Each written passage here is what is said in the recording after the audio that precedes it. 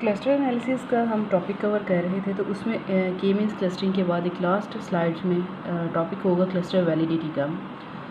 वो हमारा रह गया था, उसको आज के क्लास में कवर कर लेते हैं। क्लस्टर वैलिडिटी बेसिकली हम चेक करते हैं कि जो क्लस्टर फॉर्म हुए हैं किसी भी क्लस्टरिंग एल्गोरिदम के थ्रू, चाहे वो के मीन्स हो, के मेड्रॉयड हो या किसी भी और क्लस्टरिंग एल्गोरिदम के थ्रू, वो कितने अच्छे क्लस्टर वेल फॉर्म क्लस्टर्स हैं। उसके लिए जो क्लस्टर वैलिडिटी हम चेक करते हैं वो दो हमारे पास आ जाते हैं मैट्रिक्स या यूनिट्स आ जाते हैं। एक तो क्लस्टर कोहेजन है और एक क्लस्टर सेपरेशन। क्लस्टर कोहेजन ये है कि विद इन क्लस्टर जो मेंबर्स हैं वो कितने, उनका आपस में डिस्टेंस कितना कम है, यानी cohesion is measured by within cluster some of squares. एक क्लस्टर के अंदर सम ऑफ स्क्वायर्स कितना आ रहा है, यानी कि जो पॉइंट्स हैं एक क्लस्टर के अंदर उनका आपस में सम ऑफ स्क्वायर कितना आ रहा है। तो sum of within cluster some of square या कोहेजन कैलकुलेशन करने का जो फार्मूला है that is summation I, summation X belongs to cluster of I X minus M I and whole square. यहाँ पे ये चीज़ आपको मैं क्लियर कर दूँ कि एक्स जो है वो मेंबर या हर एक ऑब्जेक्ट है किसी एक क्लस्टर का। मीन आ जाता है उस क्लस्टर को, स्पेसिफिक क्लस्टर का मीन वैल्यू। टोटल ऑब्जेक्ट्स को नंबर ऑफ़ ऑब्जेक्ट्स पे डिवाइड करें उनकी वैल्यूज़ को, तो हमारे पास मीन वैल्यू आ जाएगी। ठीक है जी। सो यहाँ पे अगर मैं आपको एग्जांपल शो करूँ, एक क्लस्टर मैंने बनाया है, ड्रॉ किया है। 4 वैल्यूज़ है हमारे पास 1, 2, 4 एंड 5। अगर हम यहाँ पे k इक्वल्स टू 1 कंसीडर करें, let me write here k equals to 1, यानी कि ये सारे के सारे ऑब्जेक्ट्स एक क्लस्टर में लाई करते हैं। तो उस हिसाब से हम within cluster some of square किस तरह से कैलकुलेट कर सकते हैं कि यहाँ पे जो हमारी मीन वैल्यू x जो होगा, हर एक मेंबर, हर इंडिविजुअल मेंबर, वो 1 भी होगा, वो 2 भी होगा, वो 4 भी होगा, वो 5 भी होगा। सी आई करंट क्लस्टर जो है उसकी जो करंट हमारे पास वैल्यूज़ है 1, 2, 4, 5, यानी कि यहाँ पे हमने मीन k की वैल्यू 1 ली है ना, इट मीन्स कि हमारा जो क्लस्टर है ये सारी वैल्यूज़ एक ही क्लस्टर में आ रही हैं। सो यहाँ पे मीन जो आएगा इन्हीं वैल्यूज़ का हमने मीन कैलकुलेट करना है। जस्ट लाइक पहले मैं कैलकुलेट कर लेती हूँ मीन एम आई, यानी कि करंट जो क्लस्टर है एक ही क्लस्टर है, उसका मीन 1 + 2 + 4 + 5। तो 1 + 2 + 4 + 5 डिवाइड्स बाय 4 वैल्यूज़ है, तो 4 से हम इसको डिवाइड कर लेंगे तो ये हमारे पास वैल्यूज़ आ जाएगी 1, 3, 9, 10, 11, 12, 12/4। सो दिस वुड बी 3, यानी कि एम आई हमारे पास आ जाएगा 3। सो अगर हम W within cluster some of square निकालें तो सबसे पहले क्या है x फर्स्ट वैल्यू है 1 minus M I is mean is 3, उसका स्क्वायर तो समेशन है यानी सारी वैल्यूज़ का सम, तो यहाँ पे हम सम करेंगे। Second value in a cluster is 2, so 2 minus M I is 3। Third value is 4 minus mean of cluster plus fourth value is 5 minus mean of cluster 3। तो इसको हम कैलकुलेट कर लेंगे, -2 का स्क्वायर प्लस -1 का स्क्वायर प्लस 1 का square plus 2 का square. So this would be 4, 1, 1 and 4 equals to 10।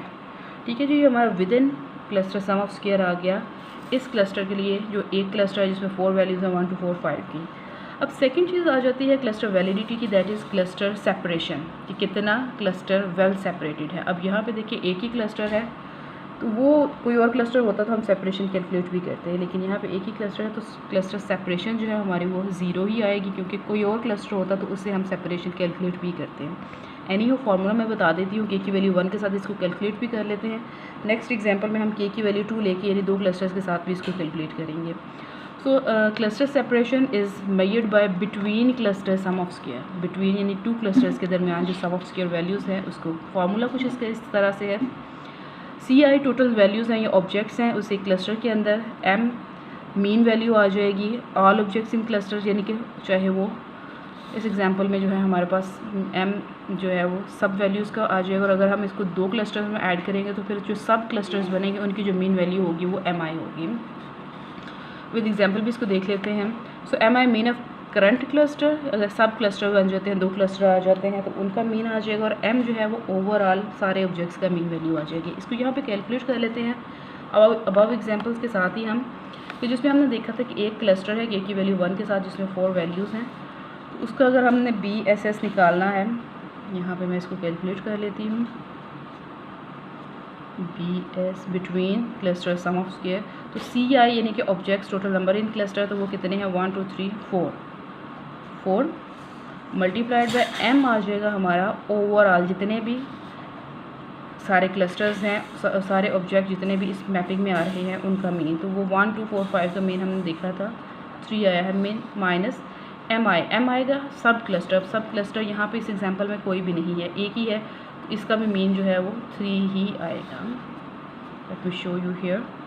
और उसका स्केयर, सो 4 इंटू 3 माइनस 3 ज़ीरो का स्केयर 0 होगा और वो 4 से मल्टीप्लाई होके 0 ही आ जाएगा। सो इस एग्जांपल में जिसमें हमारे पास एक ही क्लस्टर था उसमें BSS 0 ही आएगा, क्योंकि कोई और क्लस्टर होता तो उसके साथ उसका between sum of cluster some of square error भी हम कैलकुलेट कर लेते। अनदर एग्जांपल हम यहाँ पे लेते हैं, हम ऐसे करते हैं कि जी अच्छा एक चीज़ यहाँ पे मैं फर्दर कंटिन्यू करने से पहले आपको बता दूँ कि टोटल हमेशा जो है वो इक्वल कांस्टेंट रहेगा, यानी कि cluster cohesion WSS plus between cluster some of square BSS वो हमेशा कांस्टेंट रहेगा। स्लाइड में भी आप देखेंगे वहाँ पे ये चीज़ मेंशन्ड है कि अगर एक दफ़ा हमने K की वैल्यू 1 ली है और WSS उसमें 10 आया है और ये 0 टोटल 10 है, तो अगर हम इस क्लस्टर को मेजर क्लस्टर को सब क्लस्टर्स में डिवाइड कर देंगे तो फिर भी इन दोनों का सम जो है वो 10 ही आएगा, 10 से एक्सीड नहीं करेगा, वो हमेशा कांस्टेंट ही रहता है।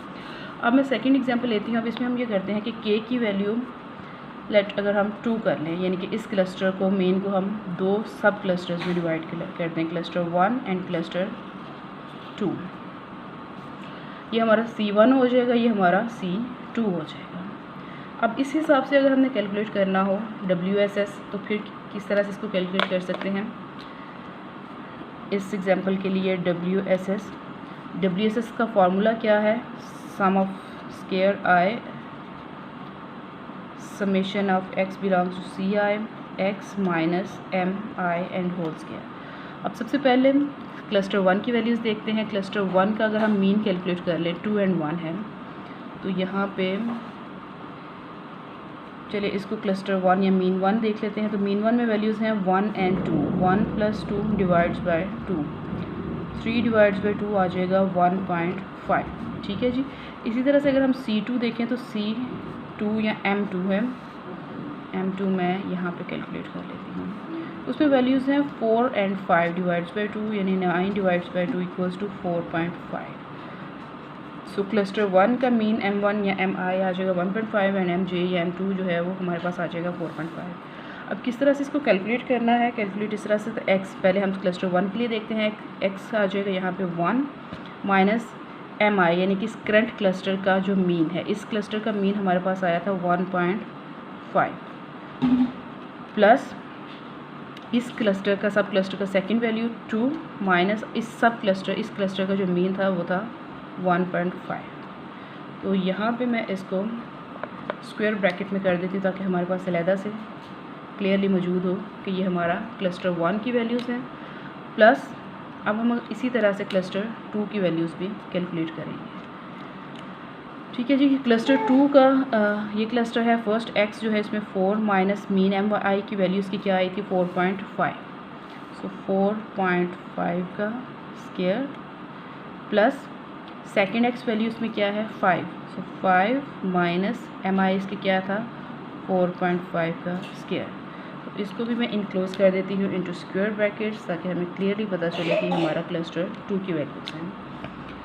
और जी सो 1 माइनस 1.5 आ जाएगा माइनस 0.5 का स्क्वायर, 2 माइनस 1.5 आ जाएगा 0.5 का स्क्वायर प्लस 4 माइनस 4.5 माइनस 0.5 का स्क्वायर एंड 5 माइनस 4.5 आ जाएगा 0.5 का स्क्वायर।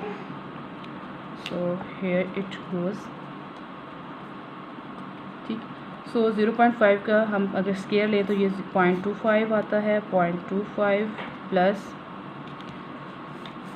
0.25 प्लस 0.25, तो ओवरऑल ग्रैंड सम 1 का आ जाएगा। ठीक है जी। इसी तरह से हम अगर इस सब क्लस्टर का हम निकालें, BSS निकालें, between cluster some of square निकालें,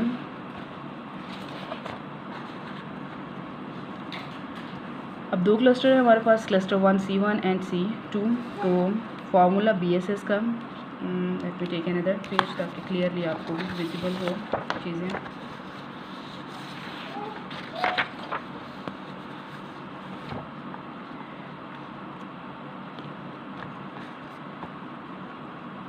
बिटवीन क्लस्टर सम ऑफ स्क्वायर, इसका जो फार्मूला है, फार्मूला कुछ इस तरह से है, समेशन